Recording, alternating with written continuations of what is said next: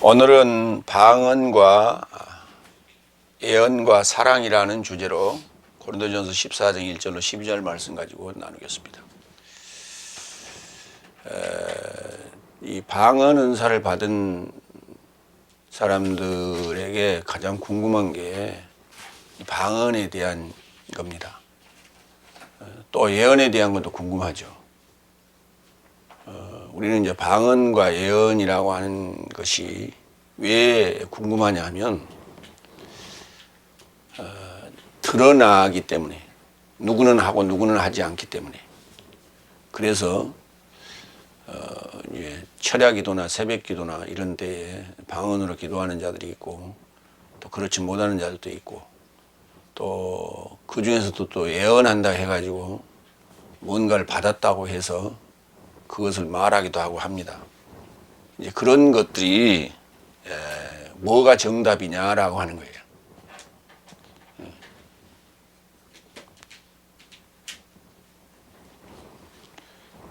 뭐가 정답이냐 하는 것이 이제 궁금한 문제인데, 오늘 이제 그 문제를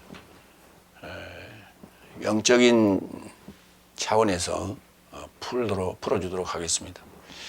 그래서 방언과 예언과 그리고 사랑이라고 하는 부분에 대해서 설명드리도록 하겠습니다. 방언에 대한 얘기를 시작하면서 사랑을 추적하라, 그리고 고린도전서 14장 1절에 시작을 합니다. 그러니까 방언에 대한 설명도 하고 예언에 대한 설명도 이제 쭉 할 거예요. 12절까지만 하는 것이 아니라 더 할 겁니다. 그건 이제 다음 주까지 이어서 설명을 드리겠는데, 그런 그 일련의 모든 것들은 결국은 사랑을 목적으로 한다. 그래서 사랑이 최종적인 목표이기 때문에 사랑을 추적하라라고 시작을 합니다. 고린도전서 14장 1절로 4절. 방언은 자신을, 예언은 교회를 세운다. 이제 그렇게 주제를 잡았는데, 가장 중요한 것은 사랑을 추적하라라는 얘기를 탁 던져놓고 그 사랑에 대한 얘기는 그 뒤에 언급을 하질 않았어요. 그런데 이 추적하라는 단어가 디오코라는 단어인데, 이 단어가 핍박하다 또는 박해하다라는 단어로도 사용했습니다. 마태복음 10장 23절을 볼까요? 그래서 이 성 안에서 네 삶을 박해하거든, 디오코. 색다른 성에 이르고자 피하라. 왜냐하면 진실로 나는 네 삶에게 말한다. 네 삶은 사람의 아들이 오기까지 이스라엘의 성 삶을 결단코 완성하지 못하겠지. 예수님께서 하신 말씀이죠. 이 성 안에서 네 삶을 핍박하거든, 박해하거든. 디오코라는 단어예요. 그러니까 박해한다는 단어나 추적한다는 단어가 이게 전혀 반대 얘기예요. 추적한다는 것은 쫓아간다 이런 말인데, 쫄쫄 따라다닌다. 뭐 요즘 말로 얘기하면 뭐라고 그래요? 그 따라다니는 사람을 스토커라고 그러죠. 스토커적인 개념이에요. 사랑을 추적하라, 디오코. 스토커 같이. 근데 그게 이제 좋게 생각하면 좋은 거고, 나쁘게 생각하면 나쁜 거예요. 그게. 그렇게 이제 이 성에서 네 삶을 박해하거든 다른 성으로 도망가라, 이렇게 얘기를 했어요. 그런데 영적인 삶을 사모하되 더욱 예언하려고 하라 그랬죠. 근데 사도행전 9장 4절로 5절, 바울이 다마스코스에서 주님을 만나는 그런 대목인데요. 그 부분을 보겠습니다. 4절로 5절, 6절, 5절까지, 3절로 6절까지죠.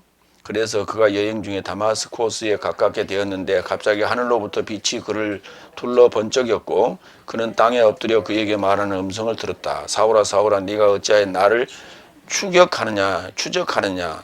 그러니까 추적하느냐, 추적은 좀 좋은 의미고 추격은 좀 나쁜 의미인데, 추격하느냐, 핍박하느냐 그랬어요. 그래서 그는 언급하였다. 주여 당신은 누구십니까? 그러자 주께서 언급하실 때 나는 예수스다. 네가 나를 추격하는구나. 네가 나를 핍박하는구나. 가시 삶을 향하여 걷어참이 너에게 강팍하구나. 가시 삶을 향하여 걷어참이 너에게 강팍하다. 그러니까 추격하는, 나를 핍박하고 추격하는 것 자체가 가시 삶을 차는 것과 같다는 거예요. 고슴도치하고 부딪히면 아무도 그 당해낼 자가 없어요. 고슴도치가 이 주둥아리 부분은 이 가시가 안 돋쳤지만 온통 털 자체가 가시예요. 그래서 얼굴만 숨기면은 가시 덤불이에요. 가시 덤불하고 박치기 해봐야 결국 가시만 꽂힐 뿐이죠. 그래서 결국은 그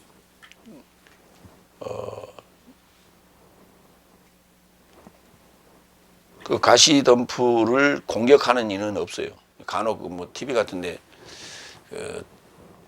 박치기 하는 일도 있기는 있습니다만 그러다 보니까 얼굴에 이렇게 주변에 가시가 잔뜩 이렇게 달라붙는 그런 상황을 겪는데 그 짐승들은 이게 손이 없으니까 이걸 못 뽑잖아요.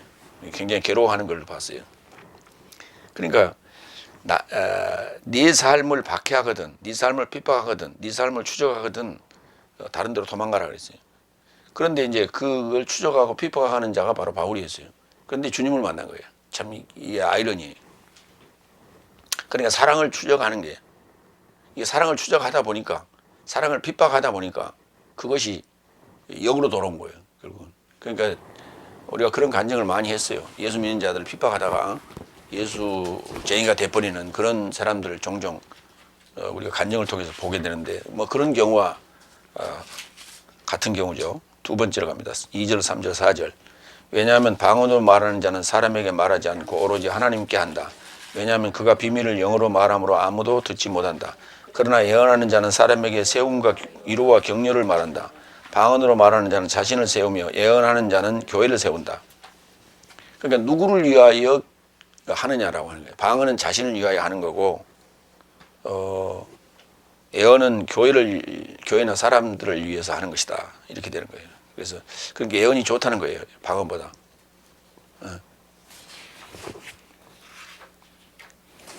다음 이제 주에 나오는 얘기인데 그러면은 바울이 나도 방언을 한다 그랬지 않냐? 그 번역을 잘못한 거예요.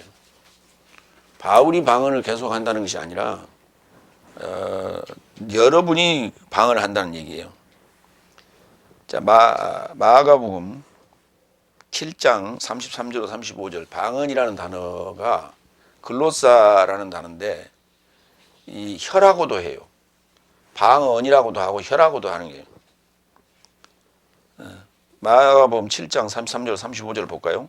그러자 예수께서 자기를 좇도록 그를 무리로부터 따로 취하여 그의 귀 삶에 이르고자 그의 손가락 삶을 넣었고 침 뱉어 그의 혀 글로사에 접촉하면서 하늘에 이르고자 올려다보면서 신음하셨다.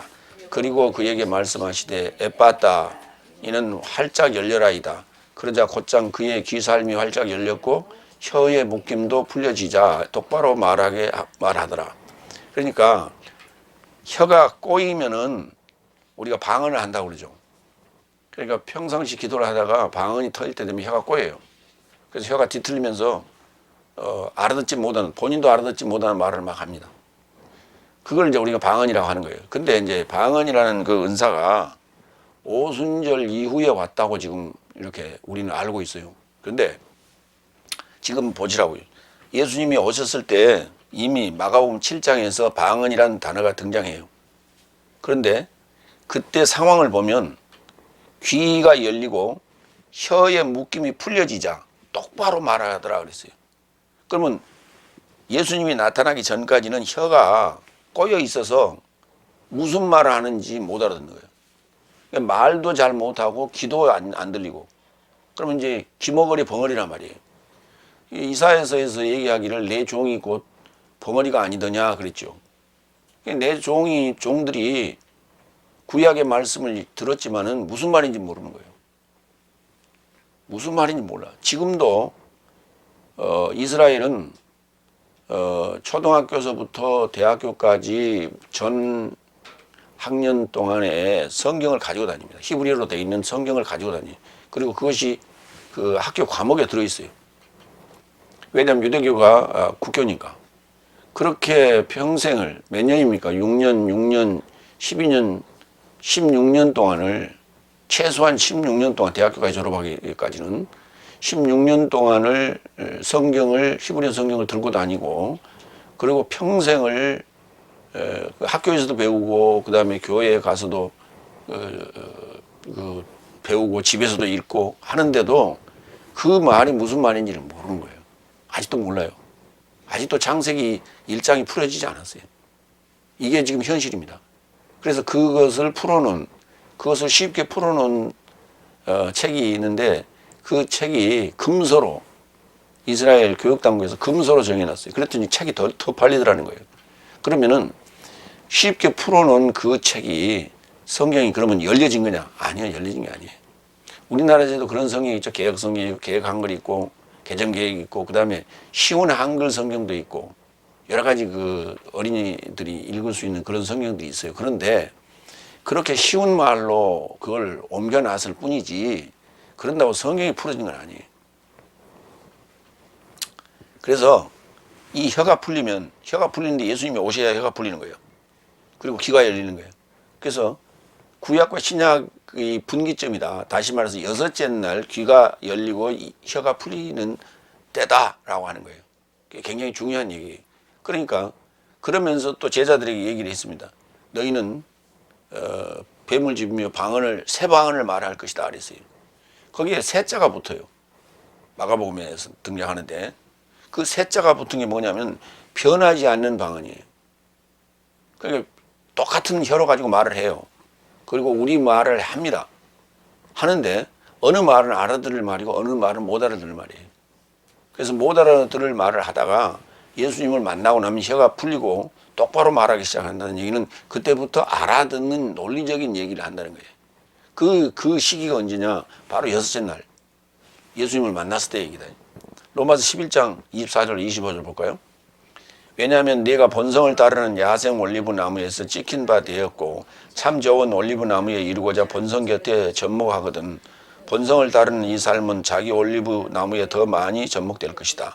왜냐하면 나는 내 삶 자신 곁에 신중한 삶이 있지 않게 하려고 형제 삶이여 이 비밀을 알지 못할 내 삶을 원치 않는다. 무감각이 이스라엘에게 부분부터 발생한 것이 열국 삶의 체험이 이스라엘까지 들어오기 때문이다. 들어오기 때문이다. 그러니까 비밀이 열린다 했죠. 비밀이. 응? 그러니까 방언으로 말하는 자는 사람에게 말하지 않고 오직 하나님께 하는데 그가 비밀을 영어로 말하는 거예요. 그래서 아무도 듣지 못하는 거예요. 비밀을 말하는 거예요. 근데 비밀이 뭐냐? 비밀이 뭐냐를 로마서 11장 25절에 언급해 놨는데 이 비밀을 알지 못할 네 삶을 원치 않는다. 다 비밀을 알아야 된다는 거예요. 무감각이 이스라엘에게 부분부터 발생한 것이 열국 삶의 체험이 이스라엘까지 들어오기 때문이다. 응? 이스라엘에서는 부분적으로만 이렇게 발생하는 거예요. 그런데 열국 삶, 이방 삶이 채워져서 그게 거꾸로 들어오는 거예요. 지금 그게 무슨 말이냐면 순서상으로는 유대인 다섯째 날, 유대교인 다섯째 날에서 여섯째 날로 넘어가야 정상이에요. 그런데 실제로는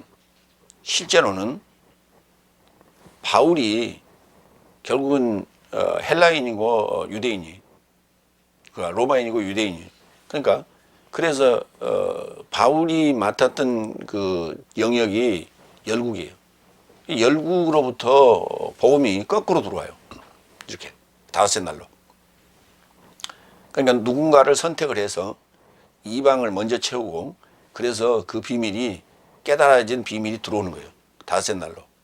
그래서 다섯 날이 깨달아서 일곱째 날로 바뀌는 이 얘기를 지금 하고 있는 것이다. 이게 바로 비밀이라는 거예요.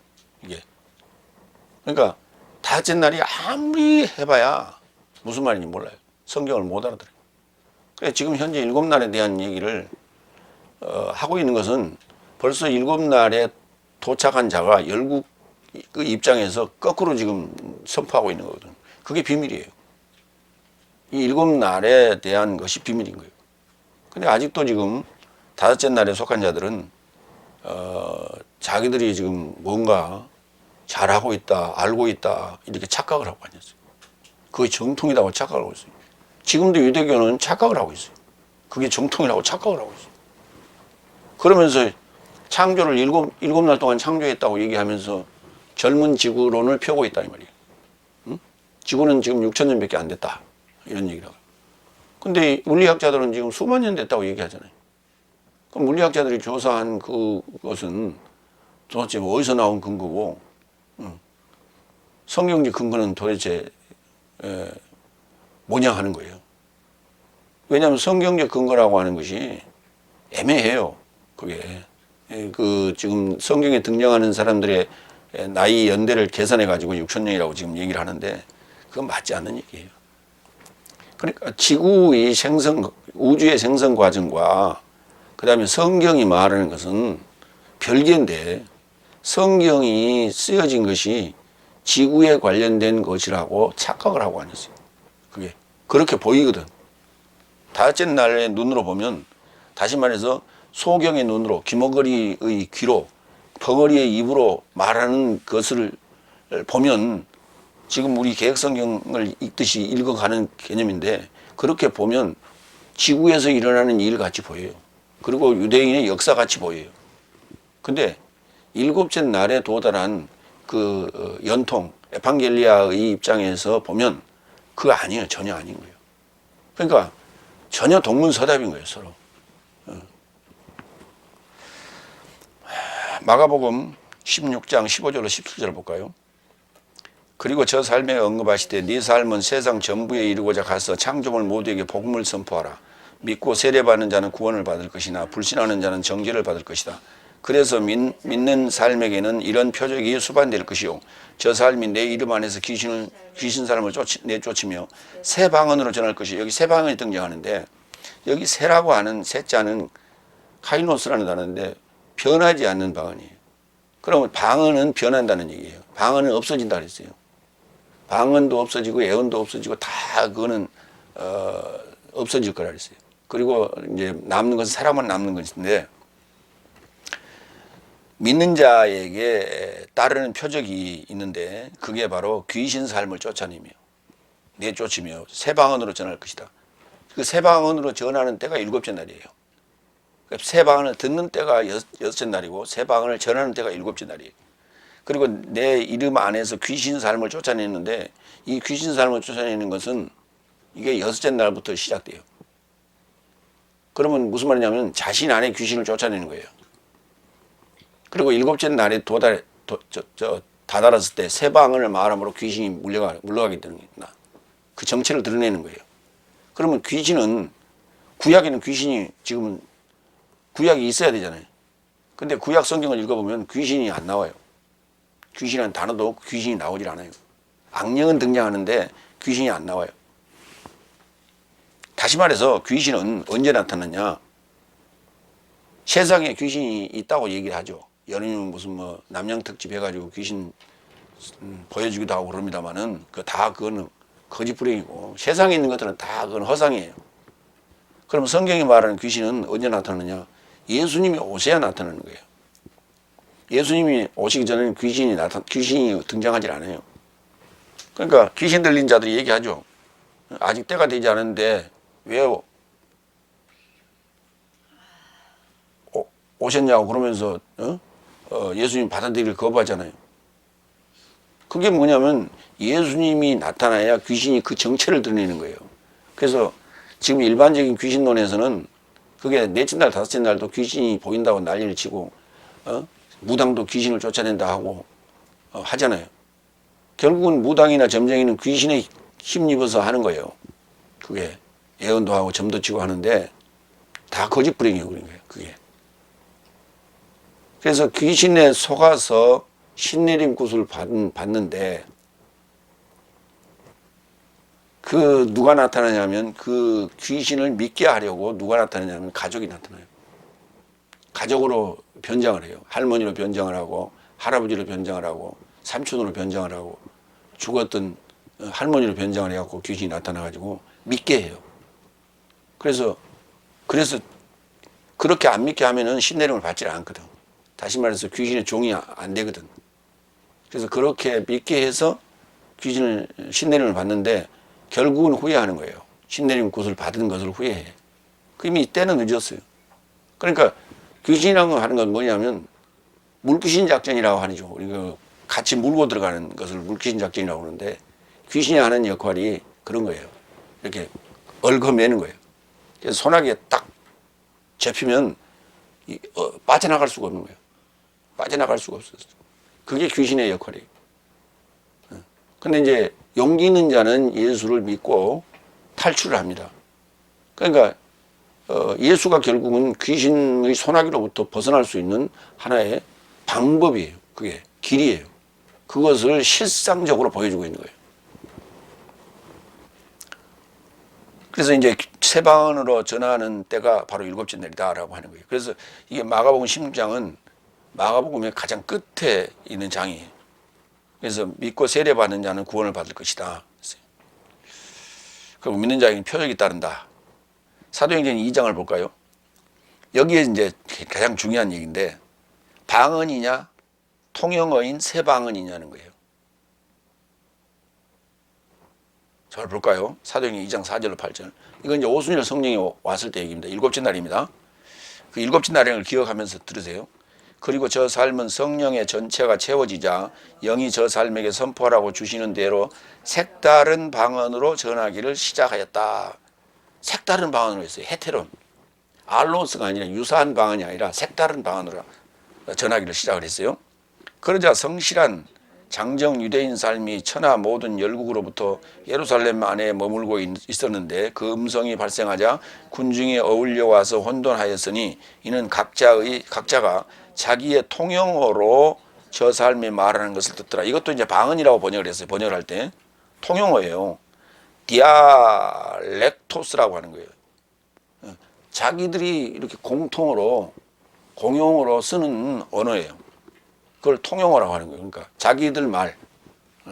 거기에 이제 16개 그 국가가 등장을 하는데 그 16개 국가의 말로 듣게 되는 거예요. 그런데 이것이 바로 색다른 방언이에요. 그러니까 지금까지 들었던 방언하고는 다른 방언이에요. 언어예요, 언어. 언어라는 거예요. 그게 방언이 뭐 랄랄랄라 하는 것이 아니라. 그러니까 그걸 왜 이제 방언이라는 말로 썼냐 하면 랄랄랄라 하는 방언으로 썼냐 하면 들어도 무슨 말인지 못 알아듣는 거예요.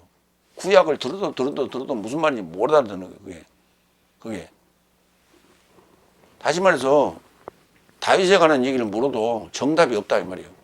솔로몬에 관한 얘기를 물어도 정답이 없다는 거예요. 다윗이 위대한 왕이죠. 근데 왜 다윗이 범죄하냐라고 물었더니 정답이 없는 거예요. 다윗이 위대하지만은 다윗이 범죄할 수밖에 없는 이유는 다섯째 날이기 때문에 범죄하는 거예요. 다섯째 날이기 때문에 예수님을 아직 안 만났기 때문에 범죄하는 거예요. 그게 바로 너의 상태다 라고 얘기하는 거예요.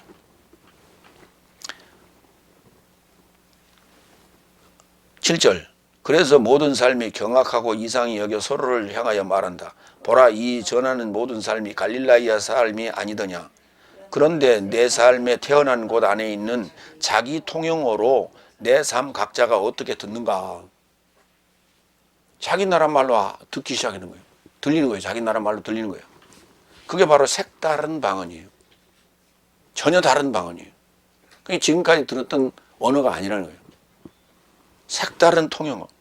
그게 방언이냐 통영어냐라는 거예요. 그러니까 우리는 이제 방언이 이렇게 오순절에 왔다고 지금 착각을 하고 있는데 이 통영어라는 개념을 안 넣고 보니까 그것도 방언이고 저것도 방언이고 다 방언인 거예요. 예. 그런데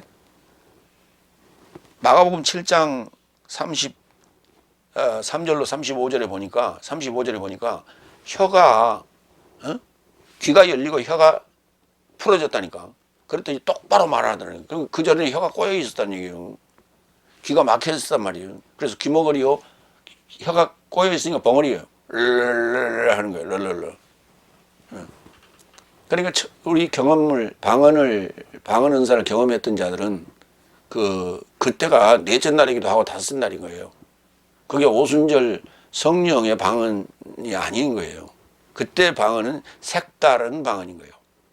그런데 그때 첫 경험이 혀가 갑자기 꼬인다 이걸 느꼈을 거예요. 다 그건 체험적으로 그렇게 얘기를 해요. 혀가 꼬이더라. 어느 날 갑자기 기도하다 보니까 갑자기 혀가 꼬이더라. 그러면서 이상한 말이 나오더라. 그렇게 다들 경험합니다. 바로 그것이 지금 마가복음 7장 35절로 34절로 33절로 35절을 지금 풀어내는 그 구절인 거예요. 이게 사실은. 이게. 근데 그것을 우리가 그것과 지금 사도행전 2장과 연결해서 봐야 되는데 그렇지 못했고, 그 다음에 6절 사도행전 2장 6절과 7절 8절에 그게 통용어라는 단어로 번역을 하지 않고 그것도 방언으로 번역을 해버렸다는 거예요. 사도행전 2장 16절 그 뒤에 이제 얘기입니다. 그때 이제 거기 모인 그 16개국에서 온 디아스포라들이 얘기를 하죠. 갈릴라야인들인데 어떻게 우리 통영어로 말을 하는가? 저들이 혹시 술 취한 거 아니냐? 그랬단 말이에요. 그랬더니 야 지금 셋인데 뭔 술을 마신다는 말이냐 하면서 이제 베드로가 이제 얘기를 합니다. 그게 이제 사도행전 2장 16절로 18절인데 오히려 이 상황은 예언자 요엘로 인하여 언급한 것이다. 그러니까 요엘서에 기록되어 있는 거다 이 말이에요. 이 상황이. 그리고 이 상황은 최후의 날 살 안에 있을 것이라고 하나님께서 말씀하신다. 그러니까 일곱째 날에 말한다는 얘기예요. 일곱째 날에 일어날 상황이라는 거예요. 내 영으로부터 모든 육체를 접하여 내가 부을 것이다. 그러면 네 삶의 아들, 딸 삶은 예언할 것이며 네 삶의 젊은 삶은 환상을 볼 것이며 네 삶의 늙은 삶은 꿈을 꿀 것이고, 그리고 나는 내 영으로부터 내 남종과 여종에게 접하여 붓고 저 삶은 예언할 것이다 그랬죠. 그러니까 결국은 이게 뭐예요? 새 방언이라는 게, 색다른 방언이라는 게 예언인 거예요. 방언이 아니에요. 그래서 뭘로 알아듣느냐? 그러니까 히브리 말로만 지금 맨날 듣는 거예요. 디아스포라들이. 그것이 방언이었던 거예요. 사실은 못 알아들어요. 무슨 말인지 하는지. 읽어놓고 설명한다고 하는데 뭔 이상한 소리만 하고 앉고 있고. 그러니까 법문하고 설명이 제각 따로 노는 거예요. 따로 국밥이에요. 그래서 늘 궁금해도 질문도 못하고 질문하면 옥박지르고 그렇게 해왔던 거예요. 그런데 갑자기 자기 말로 알아듣기 시작. 그러니까 통용어로 얘기했다는 것은 아하 이해가 되기 시작한다는 말이에요. 이해가 되는 말을 하기 시작했다고 말이에요. 그 얘기가 뭐냐라고 물었더니 바로 요엘이 언급한 예언한 상황이 지금 일곱째 날에 이루어지는 것이다 라고 지금 베드로가 지금 설교를 하는 거예요. 그러면서 18절 나는 내 영으로부터 내 남종 삶과 여종 삶에 접하여 붓고 저 삶은 예언할 것이다 그랬어요. 그러니까 지금 색다른 방언으로 하고 통용어로 들리는 이 상황이 뭐냐? 이게 바로 요엘이 말했던 최후의 날의 예언이라는 거예요. 지금 이게 예언인 거예요. 그러니까 방언으로 말하지 말라고 지금 얘기하잖아요. 고린도전서 14장에서 방언은 못 알아듣는다. 하나님께만 얘기하는 것이다. 그러니까 구약으로 맨날 얘기해봐야 하나님하고는 둘이 대화하는 거지 사람들하고는 통용이 안 되는 거예요.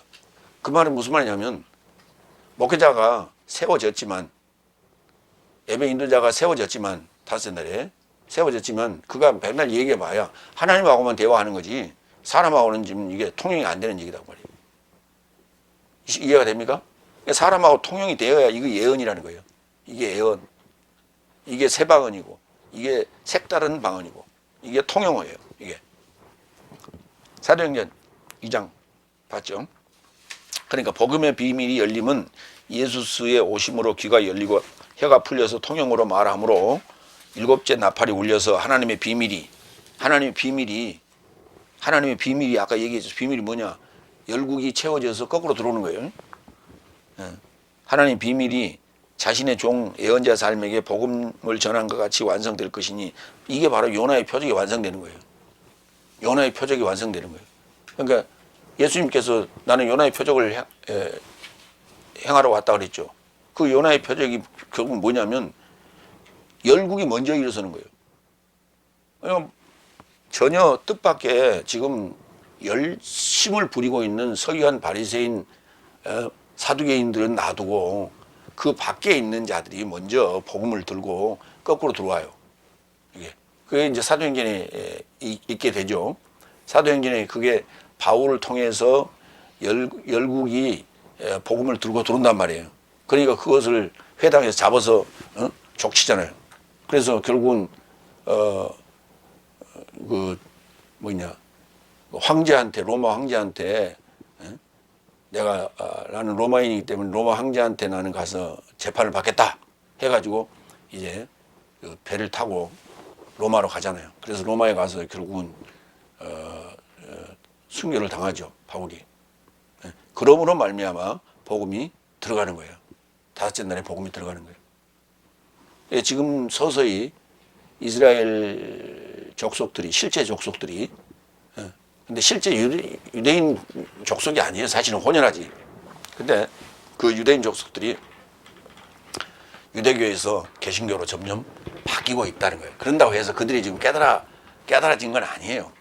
깨달아진 건 아니고, 실제 지금 그 다섯째 날이 깨달음을, 스타우로스 복음을 듣고 깨달을 때 되면은 한참 멀었어요, 지금. 두 번째로 갑니다. 고린도서 14장 5절로 8절. 먼저 세 번째, 5절. 그래서 나는 내 모든 삶이 방언으로 말하기를 원하나 더욱 예언하기를 원한다. 왜냐하면 방언으로 말하는 자가 교회의 세움을 취하려고 외부에 통역하지 않거든 예언하는 자는 더 위대하도다. 그러니까 알아듣지 못하는 히브리어로 말하는 것이 방언이에요. 알아듣지 못하는 구약을 말하는 게 히브리어로 된 걸 그대로, 히브리어로 제대로 번역을 안 했어요. 못해요. 할 수가 없어요. 왜냐하면 그림 문자이기 때문에, 표의어이기 때문에 제대로 번역을 할 수가 없어요. 헬라어로 번역을 했는데, 알렉산더에 의해서 헬라어로 번역을 하긴 했는데, 그게 문법으로 따져보면 안 맞아요. 그래서 히브리어를 말하는데, 히브리어를 히브리어로 말해 줘야 돼요. 히브리어를 히브리어로 말해 줘서, 그 다음에 통역을 해야 돼.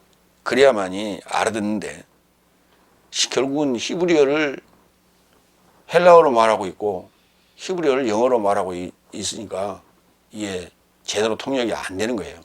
히브리어를 히브리어로 말하고 통역해야 돼요. 히브리어를 히브리어로 설명하고 통역해야 돼요. 근데 히브리어를 헬라어로 설명하고 통역을 하니까 안 되는 거예요. 그게 못 알아듣는 거예요.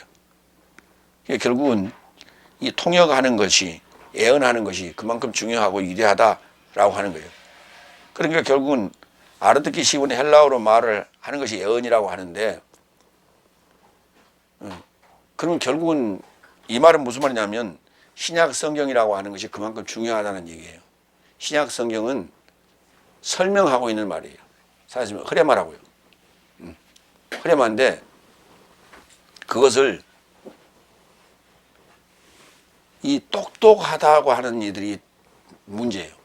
예수님 당시나 지금이나 똑똑하다고 하는 자들이 문제예요. 그 똑똑하다고 하는 자들이 누구냐면 신학자들인데, 지금 바울이 14권을 썼는데 신약성에 27권 중에 14권을 썼는데, 그러니까 절반 이상을 썼죠. 절반 이상을 썼는데, 그 바울이 써놓은 성경을 뭐라고 얘기하면 바울 신학 그러고 앉았어요. 그러니까 바울 신학이라고 얘기를 해버리니까 그 읽을 때 이거는 하나님의 말씀이라고 생각하고 듣지를 아니하고, 그리고 구약 성경이나 복음서를 설명한 해설이라고 흐레마로 듣지를 아니하고 바울이 말하는 것으로 생각하고 듣기 때문에 가벼이 여기는 거예요. 그것이 모든 성경의 새 방언이고, 그것이 바로 통역이고, 그것이 예언인데, 그러니까 그걸로 풀어줘야 구약이 예언이 되는 거예요. 근데 그것을 그런 선입견으로 바라보니까 바울 서신을 가벼이 여기는 거예요. 그래서 내가 그 성경을 분명하게 얘기를 했어요. 복음서까지가 성경이고 그까지 예언이에요. 그리고 사도행전 이후는 그것은 해설이다 라고 설명을 했어요. 그래서 그 개념으로 성경을 보지 않으면은 성경이 편견이 들어간다 라고 하는 얘기했어요. 네 번째, 6절. 형제 삶아 이제도 내가 네 삶을 향하여 방언으로 말하며 나아간다면 계시 안에서나 지식 안에서나 예언 안에서나 교훈 안에서 말하지 않는다면 내 삶을 무엇으로 유익하게 하겠느냐라고 하는 거예요. 그러니까 바로 예언이나 통역이라고 하는 개념이, 다시 말해서 새 방언이 뭐냐? 계시의 말씀을 해야 돼. 지식의 말씀을 해야 돼. 예언의 말씀을 해야 돼. 교훈 안에서 얘기해야 돼. 그러면 신약이 또 예언이냐? 신약이라고 하는 바울 서신이, 그 바울 서신의 해설 삶을 들어야 그 해설이 거기 그 바울 서신에 국한해 있지 아니하고 일곱째 날에 국한해 있지 아니하고 결국은 한날서부터 설명을 하고 있다. 한날서부터 설명을 하고 있는 그 부분은 예언인 거예요. 그러니까 구약까지가 예언인 거예요. 예언인데 그게 에판겔리아라고 하는 연결된 소식으로 봤을 때 예언이 되는 거예요. 일반적인 예언이 아니라 각자에게 존재하는 예언이 한날서부터 다섯날까지 존재하는 거예요. 그것이 여섯째 날에 성취되고 일곱째 날에 그것이 이제 열매 맺어서 가는 거죠. 그러니까 방언으로 말하면 히브리어 낭송을 얘기하는 거예요. 계시 안에서, 지식 안에서, 예언 안에서, 교훈 안에서 말하지 않은 것과 똑같은 것이다. 그러니까 그것이 무슨 의미가 있냐는 거예요. 그러니까 히브리어로 말하는 구약 성경은 저게 낭송어예요. 그래서 백날 낭송하고 들어본들 그러고 알아듣는다 하지만은 그게 무슨 말인지를 모르는 거예요.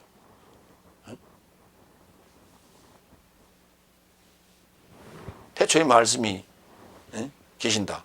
이 말씀이 하나님과 함께 있었다. 역사적인 얘기구나. 창조 얘기구나. 그렇게 어떤 선입견으로 가지고 받아들인다는 거예요. 구약 창세기를 수없이 읽어도 1장을 수없이 읽어도 그게 무슨 말인지 몰라요. 2장을 수없이 읽어도 그것은 무슨 말인지 몰라. 그래서 내가 묻잖아요. 1장 27절에 나오는 아담과 2장 7절에 흙으로 빚었던 그 아담과 5장 1절 2절에 언급된 아담이 있는데 그 아담이 같은 아담이냐 다른 아담이냐 물어보면 다 같은 아담이라고 얘기를 해요. 다 같은 아담이 아니에요.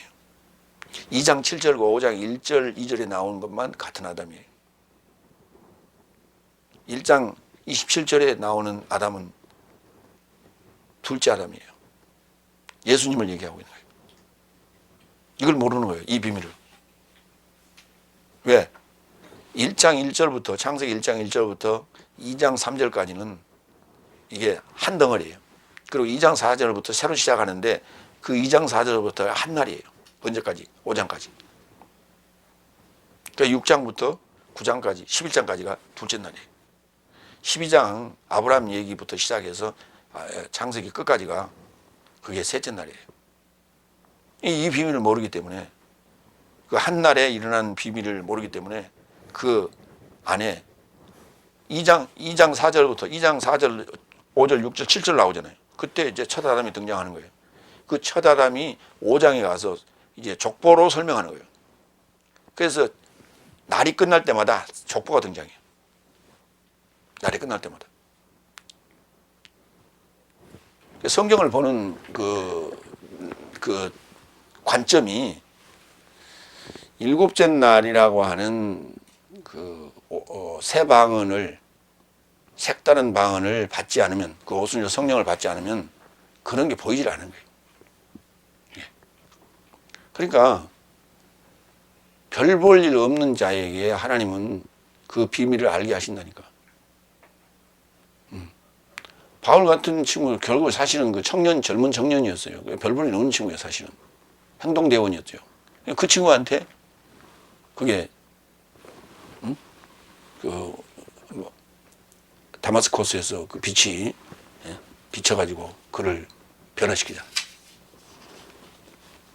그러니까 권위 있고 복음이 전해질만 하고 그런 권위 있는 자에게 주어지지 않는다는 거예요. 그래서 권세 있는 자에게 주어지지 않고 미련한 자에게 주어져서 그 비밀이 권세 있는 자를 넘어뜨리게 하는 거예요. 그러니까 이제 봅시다. 디모데후서 3장 16절 17절. 그 이제 계시나 지식이나 예언이나 교훈으로 말해야 된다는 얘기예요. 그렇지 않으면 아무 의미 유익이 없다라고 얘기했어요. 디모데후서 3장 16절 17절. 모든 성경은 영적 하나님이며 교리를 향하여 책망을 향하여 교정을 향하여 의 안에서 훈육을 향하여 유익하니 이는 하나님의 사람이 모든 선한 일을 향하여 온전케 갖춰져 온전하게 하려 함이다. 온전하게 하려 하는 거예요. 일곱째 날에 온전해지는 거예요. 거기에 대해서는 교리에 대해서 책망에 대해서 교정에 대해서 의에 대해서 훈육을 해야 돼. 뭐 이제 유사한 얘기들이죠. 계시, 지식, 예언, 교훈 교훈하고 교리는 비슷한 단어죠. 디다스케가 교훈이고 디다스칼리아는 교리가 되는 거예요. 에베소 1장 17절도 볼까요? 내 삶의 주 예수 그리스도스의 하나님 영광의 아버지께서 그의 지식 안에서 지혜와 계시의 영을 내 삶에게 주셨다. 같은 이제 디모데후서도 바울이 얘기한 거고 에베소서도 바울이 얘기한 거예요. 거기에 등장하는 게 지식이라는 단어와 계시라는 단어가 등장해요. 아버지께서 그의 지식 안에서 지혜와 계시의 영을 내 삶에게 주셨다. 지식 안에서 지식으로 주는 거예요. 지혜와 지혜와 계시의 영을 받게 되고 또 우리는 그러니까 주시면 우리가 받는데 뭘로 받느냐? 지식으로 받는 거예요. 근데 다섯째 날에는 그 계시나 예언이 눈 딱 감고 그냥 이러고 있으면 뭔가 쫙 이렇게 와가지고 환상이나 환청을 들어가지고 그것으로 전해주는 얘기. 예를 들어서 요건 대선 정국 아니에요? 그럼 누가 대통령이 된다. 그건 뭐 예언이라고. 그 점쟁이나 하는 짓이에요. 교회에서는 그런 짓 하면 안 돼. 그걸 근데 신기하다고 그걸 믿는다고. 그리고 또 자랑시키고 간증시키고. 그건 저기 귀신이 하는 짓거리지. 하나님은 그런 쓸데없는 짓을 안 한다고. 디모데후서 4장 2절. 너는 말씀을 선포하라. 기회가 좋든 기회가 아니든 항상 서 있으라. 모든 교훈과 오래 참음 안에서 책망하고 항상 공경하고 이루하라. 그렇죠. 이런 이제 이 6절에 언급한 내가 네 삶을 향하여 방언으로 말하며 나아간다면 그 말이에요. 내가 방언으로 얘기했다면 그 말이에요. 지금까지 네 삶을 향해서 방언으로 얘기하면서 나아갔다면 계시 안에서 지식 안에서 예언 안에서 교훈 안에서 말하지 않는 것이라는 거예요. 말하지 않는 거예요.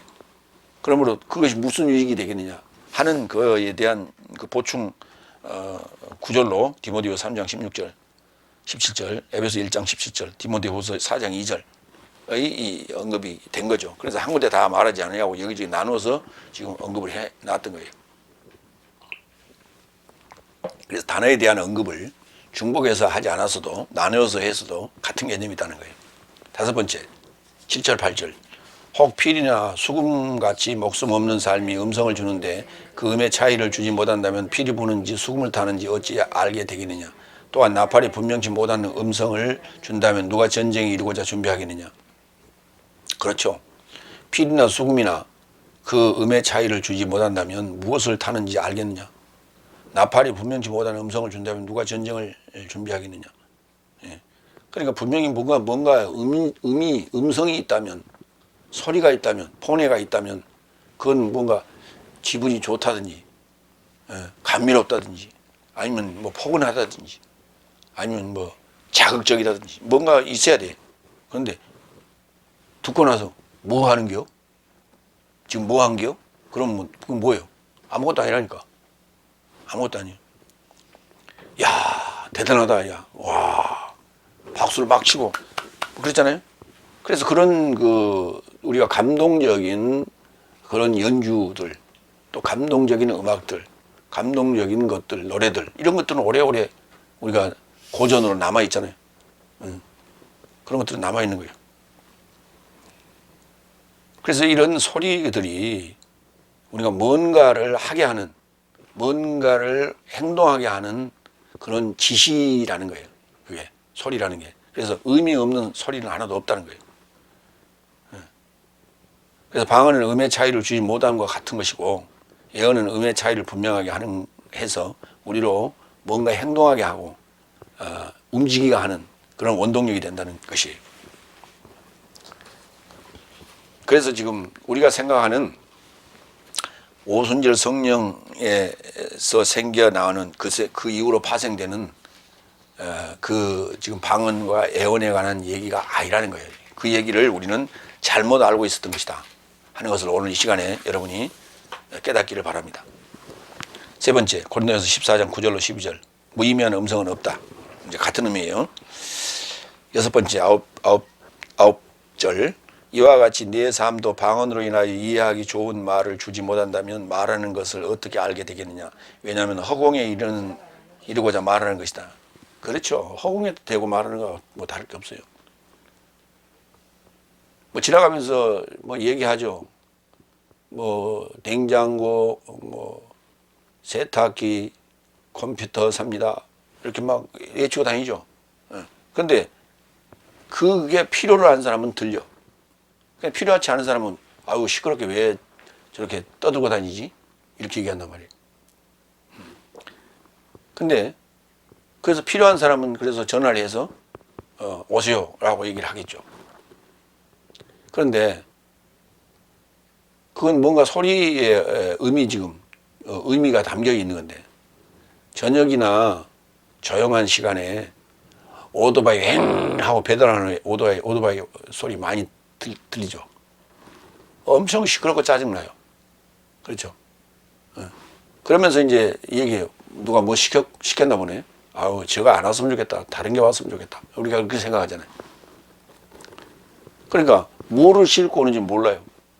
그 오토바이 소리를 들어봐서 짜장면인지 아니면 그 만두인지 아니면 피자인지 아니면 치킨인지 알 수가 없어요. 그 오토바이 소리만 들어서는 몰라. 왜 엥 시끄럽게만 시끄러운 거야. 아무 의미가 없어요. 그래서 짜증스러워. 시킨 사람도 그 오토바이 소리 나면 왔나보다라고 하지만 짜증나요. 시끄러워.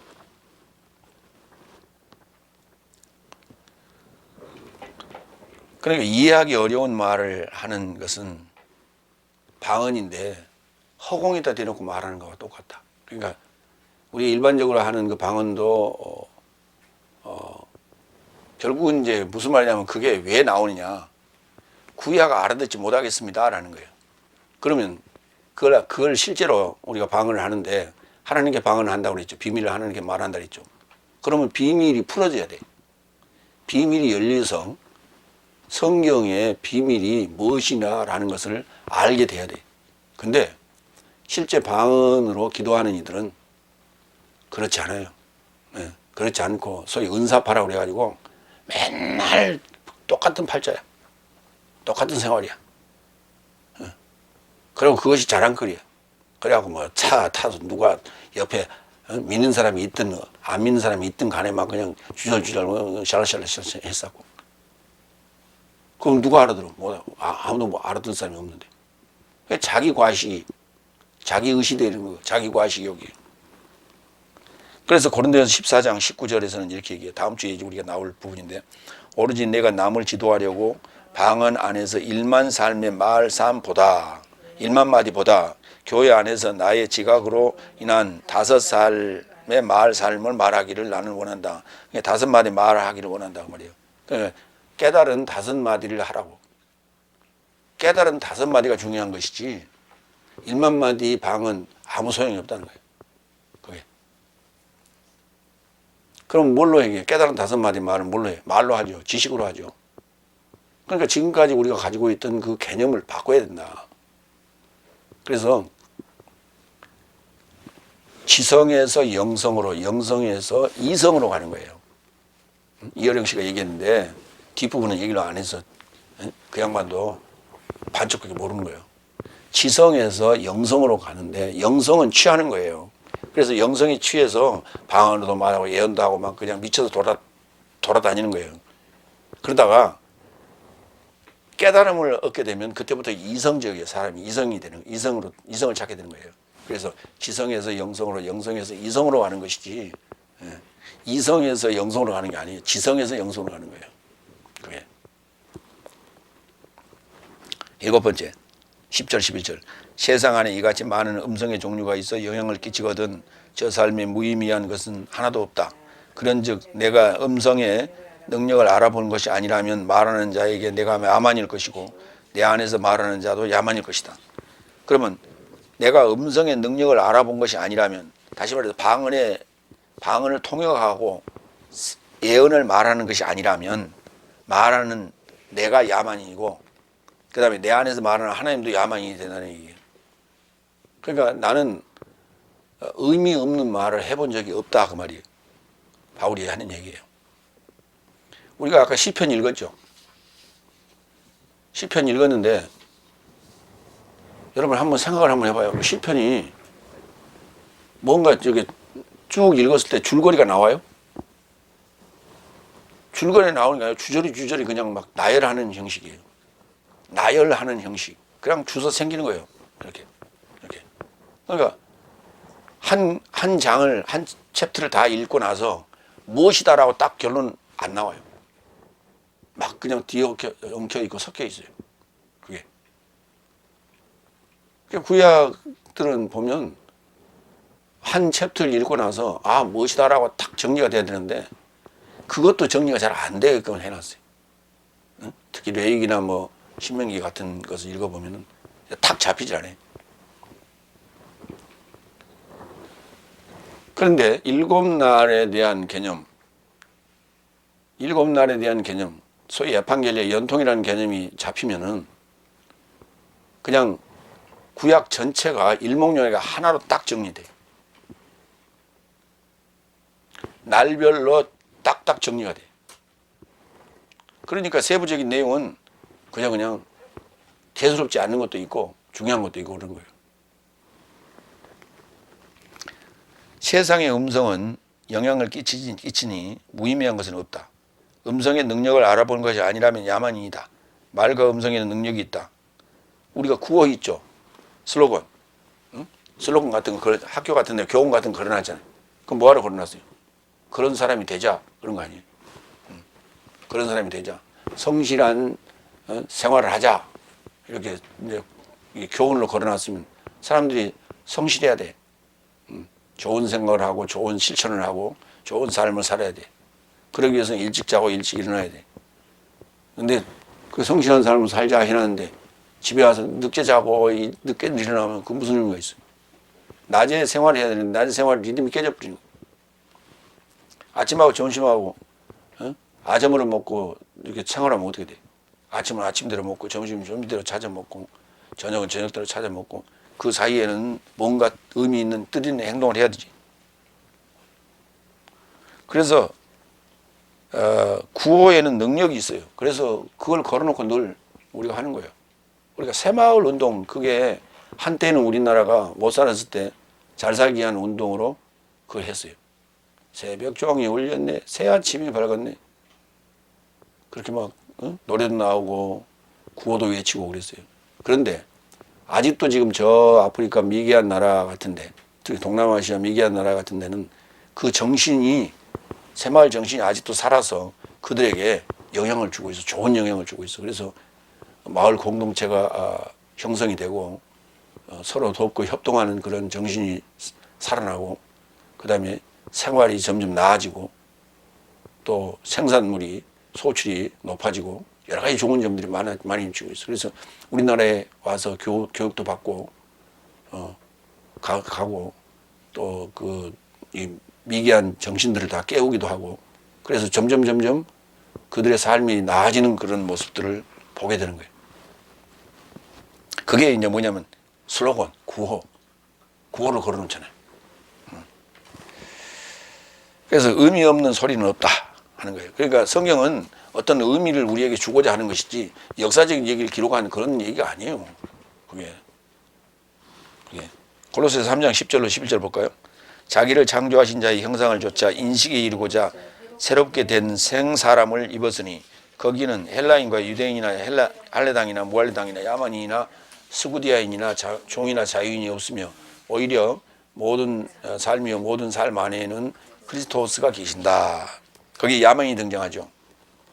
거기에 등장하는 헬라인이나 유대인이나 헬라당과 무할레당이나 야만인이나 스구디아인이나 종이나 자유인이라는 게 뭐냐면 그리스도 밖에 있는 자들이에요. 다 그리스도 밖에 있는 자들이에요. 그래서 그들을 이제 그리스도 안에 들어왔을 때 뭐라고 부르냐면 엔크리스토 이렇게 불러요. 그리스도 안에 있는 자 또는 자유인 이렇게 불러요. 네. 그러니까 야만인은 그저 쓸데없는 소리만 해요. 퉁명스럽고 아무 가치 없는 소리 한단 말이에요. 들어도 그만 안 들어도 그만, 안 들었으면 하는 말들을 많이 해요. 그래서 이제 지식인들이 아닌 사람들의 대화를 들어보면 듣기 싫어요. 짜증나고 왜 쓸데없이 저 집에 가 잠이나 자는 저런 소리 하고 앉아서 이런 얘기 하죠. 사실 교회에서 하는 얘기도 하나하나 풀어주는 어떤 그런 재미가 있어야 되는데 그게 아니라 전부 나름대로 무슨 교훈이라 해가지고 간증이나 하고 앉고 있고 누구 잘된 얘기나 하고 앉고 있고 맨날 그런 탐닉할 수 있는 열광할 수 있는 사람을 움직일 수 있는 그런 어떤 언어나 말만 한단 말이에요. 근데 그게 시간이 가면서 행동의 제약을 자기가 스스로 받으면은 뭔가 행동하는 자가 되지만 그렇지 않으면은 그냥 굳어져 버려요. 그래서 굳어져서 그냥 수없이 맨날 듣기만 듣고 있어요. 그걸 우리가 뭐라고 하냐면 능구렁이라고 그래요. 이무기. 능구렁이에서 이무기가 돼버려요. 교회 안에는 장로, 권사 등 이무기가 엄청 많아. 그 이무기들이 변할 수가 없죠. 안 변합니다. 12절, 8번째. 이같이 내 삶도 영삶의 열광자인 까닭에. 이 열광자, 이 초보자라는 얘기 아직은 지금 넷째 날이나 다섯 날 초에 해당되는 자들이란 말이에요. 열광될 자들, 사모하는 자들. 아직도 열정이 있어. 그런 까닭에 교회의 세움을 향하여 넘치게 하려고 찾으라 그랬어요. 뭘 찾으라 그랬어요? 목적이 없어요. 뭘 찾으라고 없어. 열광자, 사모자, 사모하는 자인 까닭에 아직 그런 열정이 남아있는 까닭에 교회를 세우고자 하는 그 열정을 태우는 데 있어서 뭐지 필요하냐? 예언이 필요하다. 구약이 무슨 말을 하는지를 알아들어야 되겠다는 거예요. 구약이 무슨 말을 하는지를 알아듣는 거예요. 그 예언이에요. 그걸 또 얘기해 주는 게 예언인 거예요. 그걸 알아듣는 게 예언인 거예요. 그럼 우리에게 있어서 예언이 뭐예요? 다섯째 날에 있어서 예언이 뭐예요? 넷째 날에 예언이에요? 신구약 다 가지고 있잖아, 우리는. 응? 우리가 신구약을 다 가지고 있잖아. 신구약을 다 가지고 있는데 지금 내가 지금 예수님을 아직 안 만났다. 그럼 다섯째 날이라고 그랬어요. 그럼 다섯째 날에 있어서 예언이 뭐예요? 다섯째 날까지의가 예언인 거예요. 왜? 여섯째 날이 자기 현실이라면 현실로 다가왔을 때 다섯 날까지가 예언이 되는 거예요. 지나온 부분이 예언인 거예요. 그러면 그 예언이 어느 정도 예언이 채워지기 시작하고 다음 문이 열리는 거예요. 다섯째 날이 거의 다가가면 여섯째 날 문이 열리죠. 그럼 여섯째 날이 들어갔을 때 이게 예언이 되는 거예요. 근데 여섯째 날 입문도 안 했는데 무슨 예언이 필요해? 그러니까 예언을 뭘로 찾냐 하면 눈 감고 있으면 뭐 환청이 들리고 환상이 보이는 거 이걸 예언이라고 착각하는 거예요. 성경은 일곱째 날을 기준으로 해서 마지막인 일곱째 날 최후의 날을 기준으로 해서 여섯째 날까지가 다 예언인 거예요. 특히 다섯 날까지가 예언인 거예요. 여섯째 날은 자기가 노력하고 실천하고 성장한 그런 과정인 거고 그 통해서 일곱째 날이 되는 거예요. 그렇기 때문에 여섯째 날, 다섯째 날까지가 히브리어로 되어 있는 게 그것이 풀어져야 돼. 그걸 풀어놓은 게, 그걸 설명하고 있는 게, 그걸 언급하고 있는 게 보험서고, 그걸 언급하고 또 설명하고 있는 게 바울서신이란 말이에요. 근데 그걸 갖다가 그렇게 연관해서 생각하지 아니하고 바울서신, 바울신학 이렇게 얘기를 해버리니까 가치 없는 책이 돼버리는 거예요.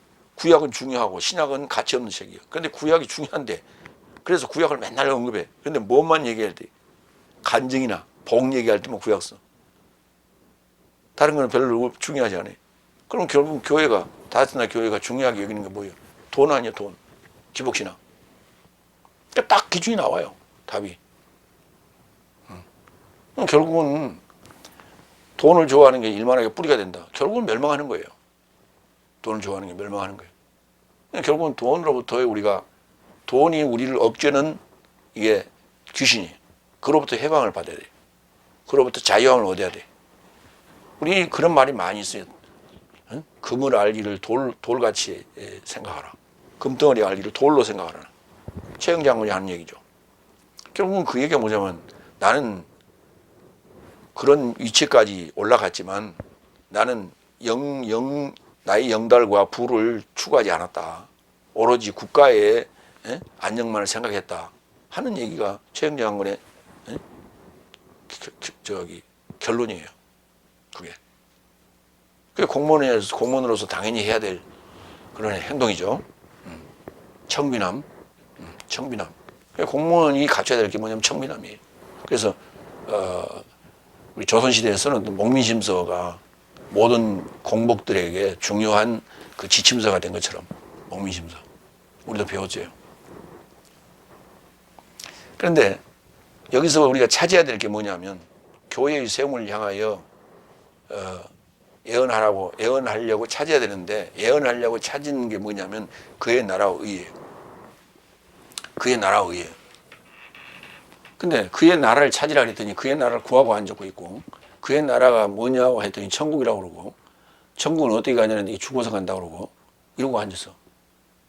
그러니까 일반인들의 그 세계관과 내세관과 다를 게 뭐 있어? 불교의 내세관과 일반인들의 내세관과 기독교인들의 내세관이 다를 게 뭐 있어? 똑같지. 우리는 나라를 찾아야 돼. 나라는 3요소로 구성되어 있어요. 나라는 손에 잡히는 게 아니에요. 그렇지만 나라는 존재하는 거예요. 하나님 나라는 그것도 마찬가지 삼위일체로 존재하는 거예요. 성부, 성자, 성령으로 존재하는 거예요. 아버지와 말씀과 성령으로 존재하고, 그 다음에 땅에서는 물과 피와 영으로 존재하는 거예요. 이거는 영적인 세계의 완성이지 보이는 손에 잡히는 게 아니에요. 그러나 이 3요소가 없으면 그 실체는 드러나지 않아요. 그 실체를 중요하게 여기는 거예요. 나라. 그래서 나라에 대한 단어는 바실레아라는 단어는 수없이 많이 나와요. 나라의 복음에 대해서 마태복음에서 언급하고 있어요. 4장, 9장, 24장. 그런데 나라의 복음에 대해서 언급하는 이는 아무도 없어요. 나라의 중요성에 대해서 아무도 언급하지 않아요. 사도행전 1장에도 예수님께서 부활을 하고 40일 동안 계시다가 가시기 직전에 제자들과 대화하는 중에도 나라가 언급이 돼요. 근데 그런 중요한 나라를 그냥 천국으로 다 뭐라 붙여버리고 천국이라는 단어는 마태복음에만 나오지 마가복음, 누가복음, 요한복음에 나오지도 않아요. 마태복음 6장 33절 그런즉 내 삶은 먼저 하나님의 나라와 그의 의의를 찾으라. 그리하면 이 모든 삶이 내 삶에게 더해질 것이다. 예, 하나님의 나라와 그의 의의를 찾으라고. 그의 의라는 단어를 보세요. 양자에 창과자가 밑에 붙었잖아요. 손수자에 창과자가 붙었잖아요. 그 양을 손으로 잡는 거래. 그게 십자가 사건이거든. 그러니까 말씀, 아버지와 말씀과 성령으로 오신 분이 나와 결합이 되는 거예요. 나와 함께 육체 아파의 정과 욕심을 십자가에 못 박게 되는 거예요. 그 과정이 뭐냐면 물세례, 피세례, 성령세례예요. 이 세례를 받음으로써 의가 완성이 되는 거예요. 의를 찾는 거예요. 그 의를 찾으면은 의인과 나와의 결합인 거예요. 그러면 내가 죄인이 의인과 결합하려면 나를 죽여야 의인과 결합하죠. 그래서 의로워지는 거예요. 의인 되는 거예요. 죄인에서 의인으로 바뀌는 과정. 그러면 죄인에서 의인으로 바뀌는 과정이 뭐냐면 접합이 되는 거예요. 접목이 되는 거예요. 그래서 밀감나무를 왕성하게 키우기 위해서는 그 탱자나무에다 접을 붙이잖아요. 그래서 밀감나무의 속성은 가지에서 그대로 가지고 가고, 그 다음에 그 탱자나무의 왕성함은 이 뿌리로부터 그 줄기로 이어지게 만드는 거예요. 이게 접붙임이에요. 돌감나무에다가 단감나무를 접붙이잖아요. 그래서 그 가지의 속성인 단감이 열리게 만들고, 그 강인하고 그 왕성한 그 성장력은 돌감나무, 상감나무가 자라게 하는 거예요. 이게 접붙임이에요. 그러니까 우리가 죄인이라면 의인을 찾아서 그 의인하고 접붙임으로 말미암아 내가 그의 힘으로 자라게 하는 거예요. 내 속성이 없어지고 내 뿌리가 없어지고 접붙이게 되는 거예요. 그렇기 때문에 우리가 누구를 찾느냐, 누구를 만나냐라고 하는 게 굉장히 중요하다라고 하는 거예요. 그의 나라 삼위일체 문제, 그의 의, 예수님을 만나는 문제, 이 굉장히 중요한데 다들 예수님 만났다고 얘기하죠. 어떻게 만나냐 했더니 꿈을 만났더래. 어떻게 만났더니 기도하다 만났더니. 다 쓸데없는 소리야. 뭘로 만나야 돼? 깨달음으로 만나야 돼. 깨달음으로. 응? 예수님은 뭘로 만나다고? 뭘로 만나? 깨달음으로 만나는 거니까. 깨달음으로 만나는 거예요. 눈으로 보는 거 만나는 게 아니라니까. 예수님 눈에 보이는 분이 아니요. 고린도전서 12장 31절. 그러나 내 삶은 더 나은 은사를 열망하라. 아직도 나는 내 삶에게 탁월한 방법을 조차 보여준다. 더 나은 은사를 열망하라고. 그게 사랑이에요. 고린도전서 14장 1절. 사랑을 추적하라. 영적인 삶을 사모하되 더욱 예언하려고 하라. 그렇죠. 그러니까 영적인 삶을 사모하고 예언하는 것이 바로 사랑을 추적하는 거예요. 그게 이제 오늘 대주제예요. 그래서 14장 1절에 걸어놨어요. 자, 결론. 사랑을 추적하라. 알아듣지 못하는 히브리어로 말함이 방언이라면 알아듣기 쉬운 헬라어로 말하는 것은 예언이라고 할 것이다. 히브리식은 교회를 세우지 않았으나 통역하는 헬라어 새 방언은 교회를 세우기 때문에 더욱 위대하다. 복음의 비밀이 열림은 예수의 오심으로 여섯째 날 귀가 열리고 혀가 풀려서 통용어로 말함으로 일곱째 나팔이 울려서 하나님의 비밀이 자신의 종 예언자 삶에게 복음 전하신 것 같이 완성될 것이니 바로 요나의 표적의 완성이다. 예, 복음의 완성이고 요나의 표적의 완성이고 비밀의 완성인 거예요. 기도하겠습니다.